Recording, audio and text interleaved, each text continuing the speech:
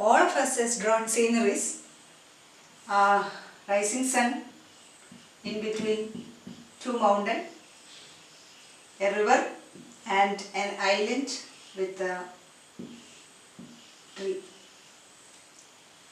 This was our tree, and today's topic is also on a tree in head and neck area extending to the lung. What is that? It is a tracheobronchial tree.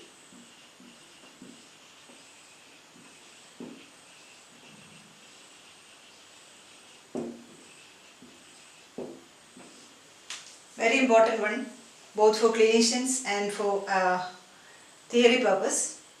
Explain tracheobronchial tree on its clinical importance, the anatomy of trachea, the bronchi and extending up to the alveolus, and also the bronchopulmonary segment or the bronchopulmonary unit, which is often asked as a short note. This is very important for the clinician because in areas of bronchoscopy, again in lung resections, and also the postural drainage, all are depend on the bronchopulmonary segment. And as the name suggests, the tracheobronchial tree start from trachea.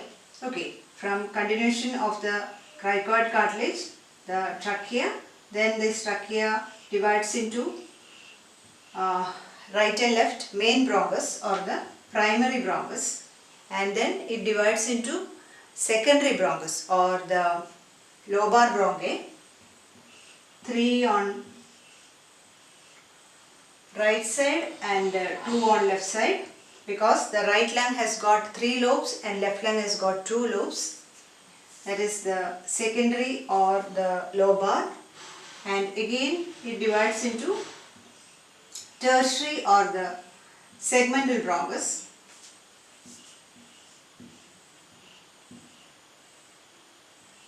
Okay. And then this segmental bronchi divide dichotomously. Each of them divide dichotomously.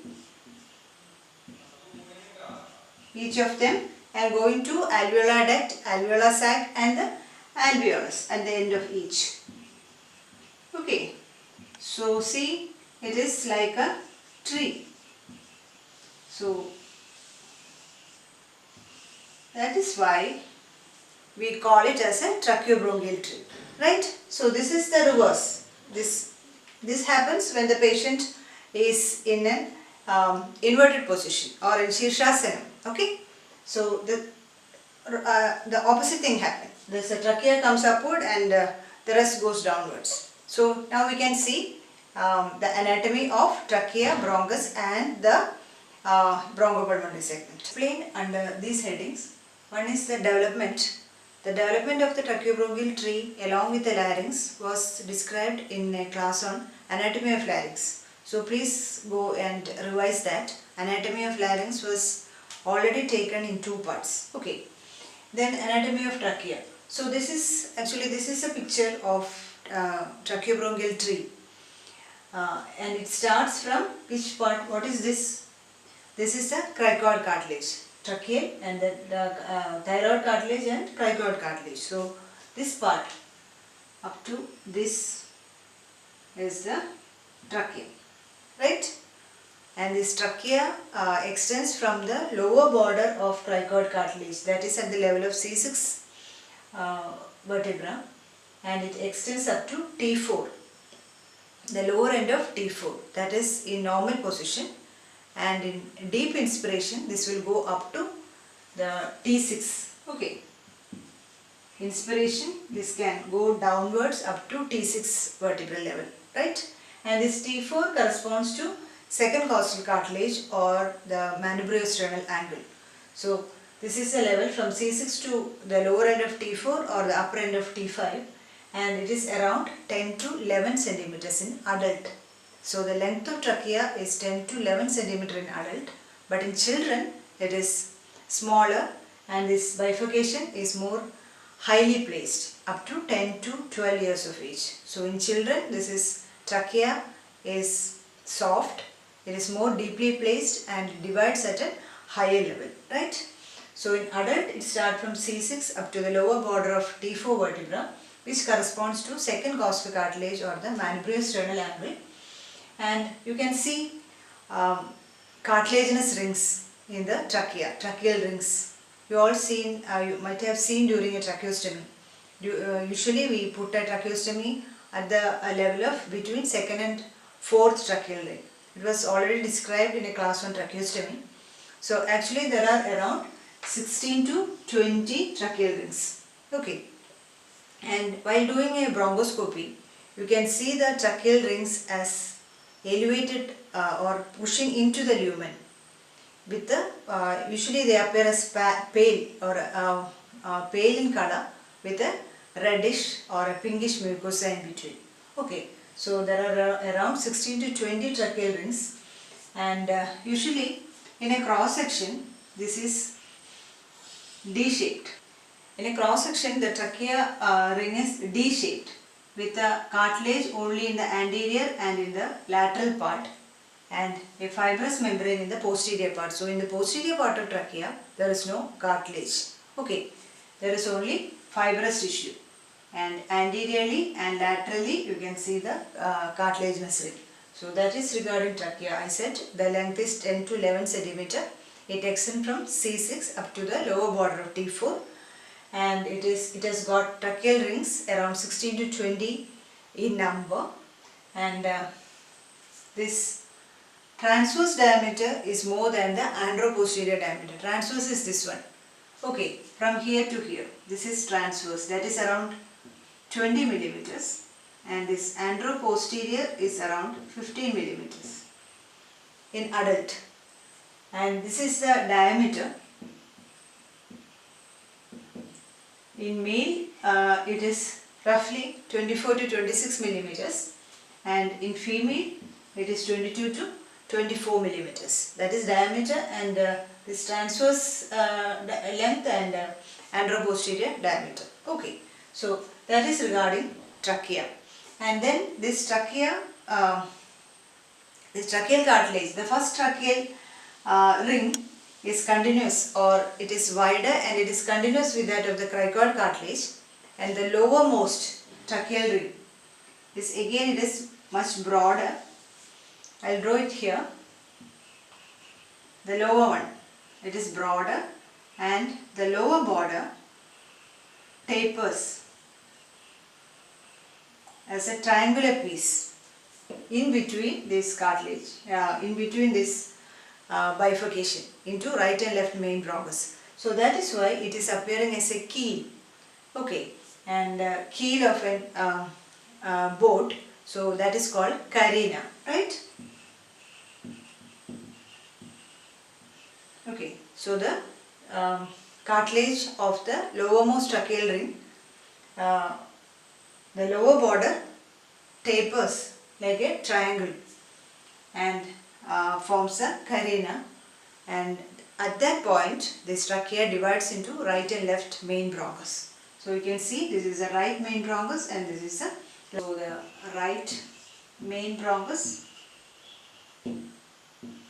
or the primary bronchus and left main bronchus or the primary bronchus. Okay, so the right bronchus is wider, shorter, and it is more vertical than that of the left main bronchus, right? So the left main bronchus is uninterrupted and it is longer. So that is why the intubation and blocking is usually done on the left main bronchus, especially during thoracic surgeries. Okay, so the intubation is more preferred, or it is more usually done in the left main bronchus because it is longer and uninterrupted than that of the right side, right? So in the right side it is wider, shorter and vertical. It is 5 cm. On left side it is 5.5 cm long. The length we usually take from this bifurcation up to the point where the bronchus or the primary main bronchus enters the hilum of the lung. So this is the hilum on both sides. Relations on the right side, the relations are fewer than that on the left side. So on the right side, this two things come. One is a right pulmonary artery. First it is below the right main bronchus, and then it comes in front of the right main bronchus, and the right esophagus vein arches over the right main bronchus. So the right pulmonary artery and esophagus vein are the relations on right main bronchus, and on the left side the main thing is the left main bronchus goes laterally below the arch of aorta. So that is one thing.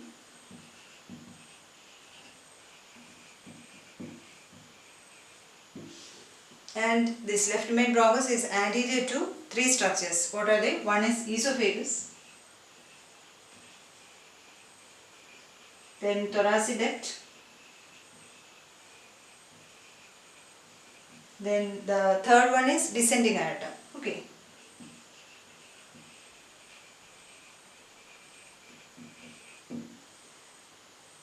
These are posterior to left main bronchus, esophagus, thoracic duct and descending aorta, and the left pulmonary artery is, at first it is left pulmonary artery.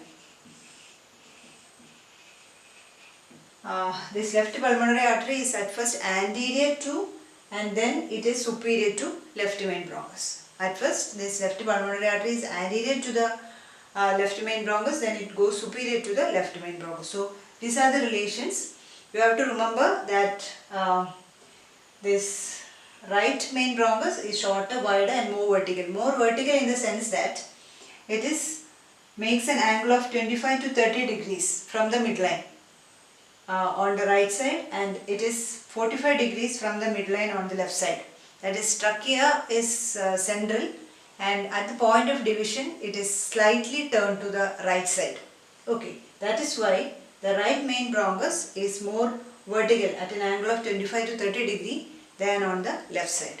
Right? So this is regarding the main bronchus, and on reaching the hilum, before reaching the hilum on right side it goes the right upper lobe bronchus, and on the left side on reaching the hilum this main bronchus divides into lobar bronchi, that is the upper and the lower lobe, because there are only two lobes on left side. It divides into upper and lower, but on the right side it divides into apical, middle and lower lobe bronchus.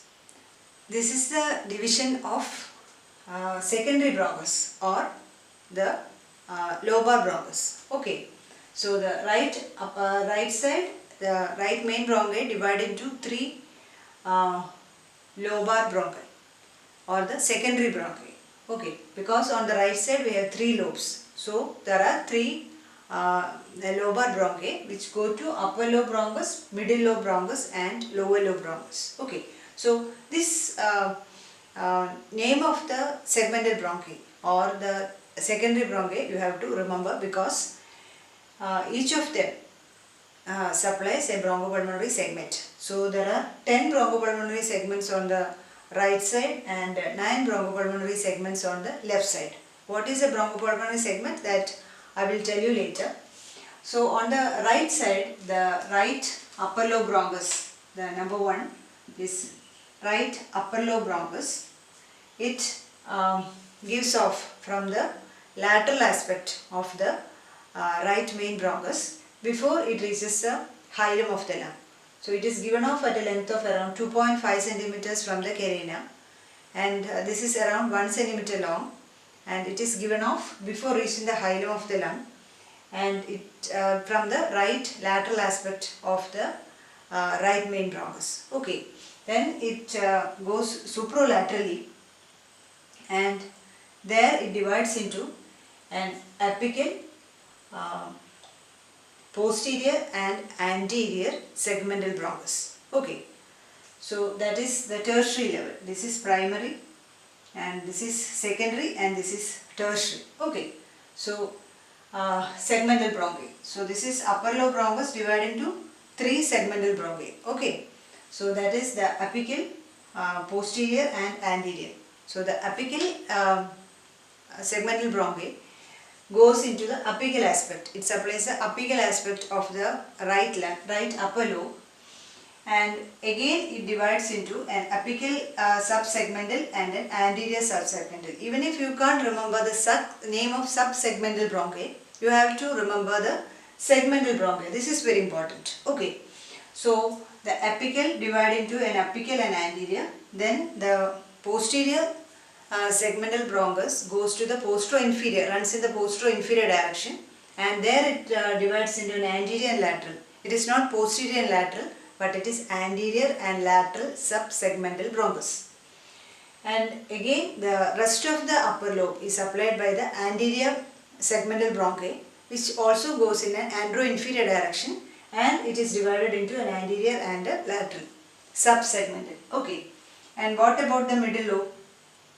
The middle lobe is given off when the right main bronchus reaches the hilum of the right lung, and there it divides into a medial and a lateral segmental bronchus. Okay, medial and lateral.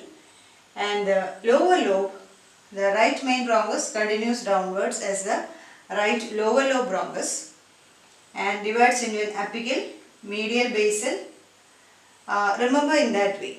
So lower lobe has again got an apical segment. So it goes to apical or the superior, and it is divides into a medial, lateral and superior.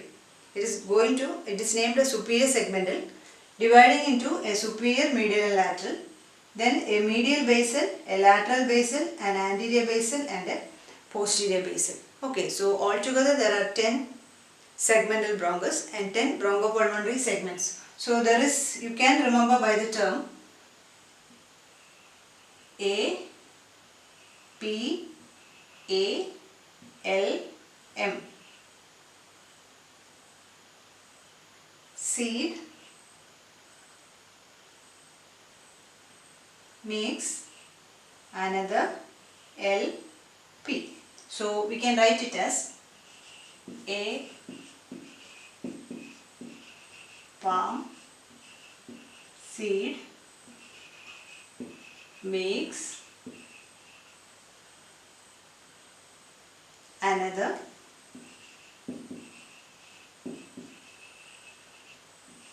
little palm. Okay, in that way you can remember. That is apical, posterior, anterior, lateral, medial. S for superior or apical, makes M medial basal, another anterior basal, little lateral basal and palm posterior basal. Okay, so a palm seed makes another little palm. That is for the right bronchopulmonary segment or the segmental bronchi, right? The left lung has no middle lobe. It has only an upper lobe and a lower lobe. So the left main bronchus comes and divides into a left upper lobe bronchus and a left lower lobe bronchus. Again divided into left upper lobe, again dividing into a cranial and a caudal. And this cranial segment supplies the postero-superior part of the left upper lobe, and dividing into an anterior and an apico-posterior segment. Apico-posterior, these two, apical and posterior of the right upper lobe joining together forming an apico-posterior. Again divided into apical and posterior. That is why this one number is missing on the right upper lobe. That is why it has got only 9 bronchopulmonary segments, right? And the caudal or the lower one of the left upper lobe supplies the antero-inferior area. So the antero-inferior part of the left upper lobe is called the lingular area. So this caudal branch is otherwise called a lingular bronchus. Okay, that again divided into superior and inferior. That corresponds to the two segmental bronchi of the right middle lobe. On the right side it is medial and lateral, but on the left side it is a lingular bronchus dividing into a superior lingular and an inferior lingular.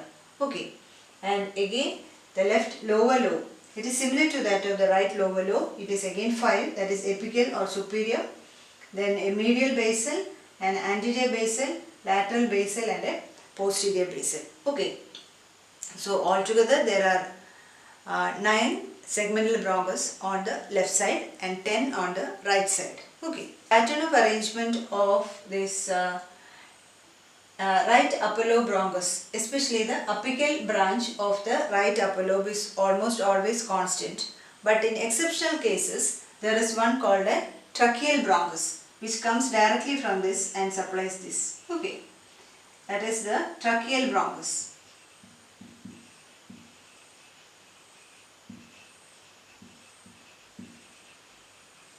That is very peculiar to the apical segment of the right upper lobe bronchus, tracheal bronchus, and this has got a very significant role during an segmental resection of malignancy of the lung. Okay, that you have to remember, that is a tracheal bronchus, right? I told up to the subsegmental bronchi and how this airway progress, what is the nature of airway progression, and from this subsegmental,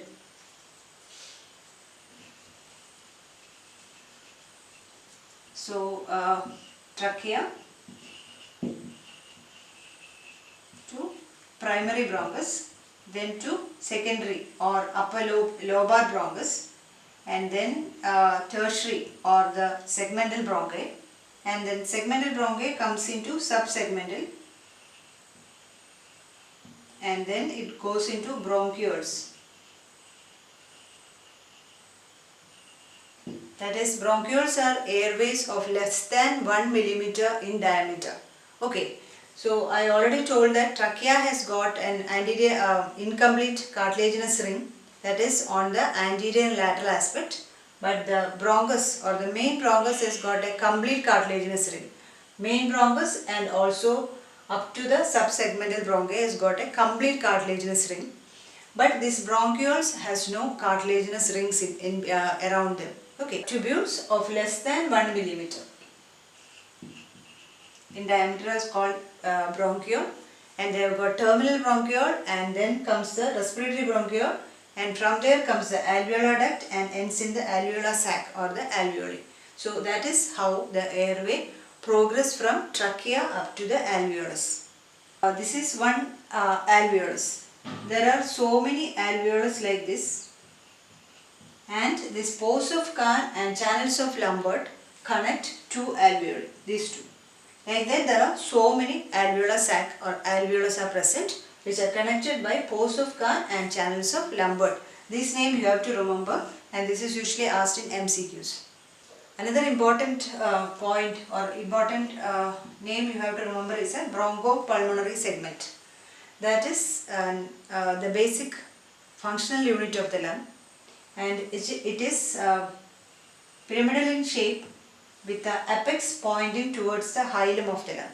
Okay, it is pyramidal with apex pointing towards the hilum of the lung, towards the hilum, and actually it is the segmental bronchus along with the pulmonary artery. Each bronchopulmonary segment has got a segmental bronchus and also an independent pulmonary artery supplying the unit, and it is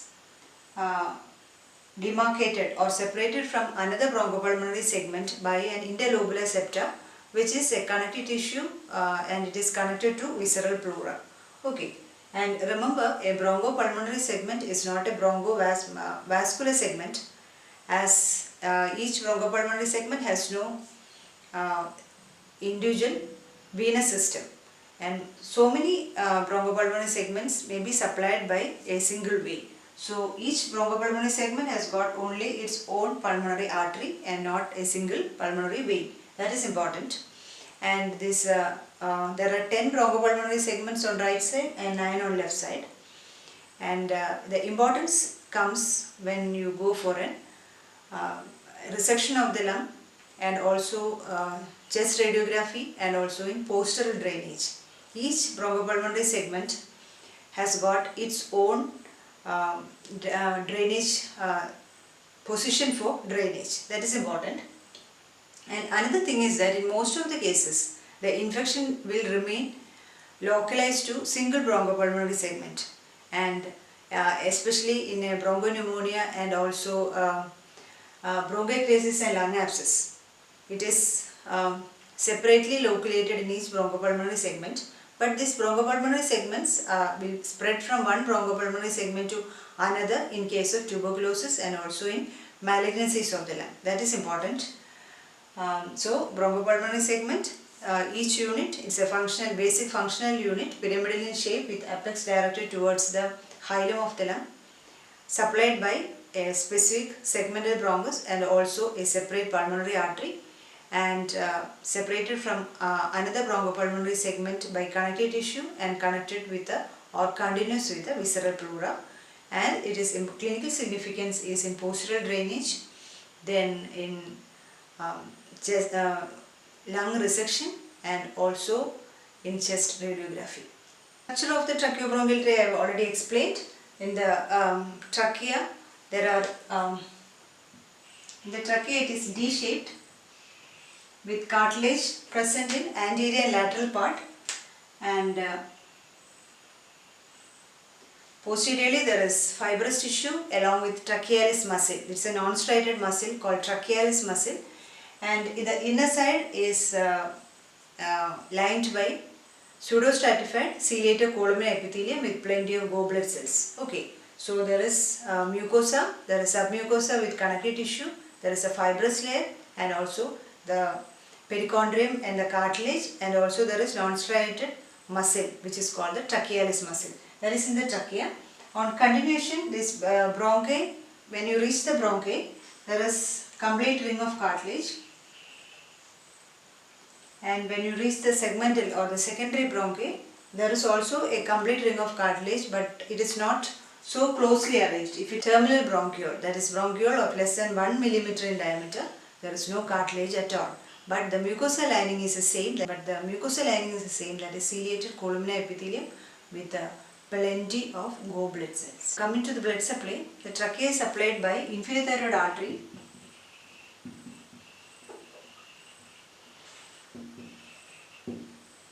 from above, and bronchial arteries from below. Actually, they form an anastomosis around this, and the anastomotic vessels supply the trachea. Okay, and the lymphatic venous drainage is into the inferior thyroid venous system, and in the lower part towards the lung, it is supplied by bronchial as also by the pulmonary artery, and the lymphatic drainage is into the pretracheal and paratracheal lymph nodes, and the nerve supply is by recurrent laryngeal nerve. Okay, this is a recurrent laryngeal nerve supply. Sympathetic supply is from the middle cervical ganglion, which are connected to the recurrent laryngeal nerve, and parasympathetic is from the vagus nerve. Okay. And in the applied anatomy, the mainly comes, I already told that one is postural drainage, then tracheotomy and tracheoscopy and bronchoscopy, and also surface anatomy of the trachea, especially during a tracheostomy. The tracheostomy was explained in detail in a previous class, and regarding the bronchoscopy, I will explain in next class with a video of the bronchoscopy pictures. And also the surgical drainage, postural drainage is also important, and also lung resection depending upon the involvement, especially in malignancy. To summarize, I explained about the anatomy of trachea, then to right and left main bronchus, then to lobar bronchi, and then segmental, subsegmental, and the bronchioles coming and joining with the alveolar duct and the alveolar sac, then the bronchopulmonary segments and its surgical importance.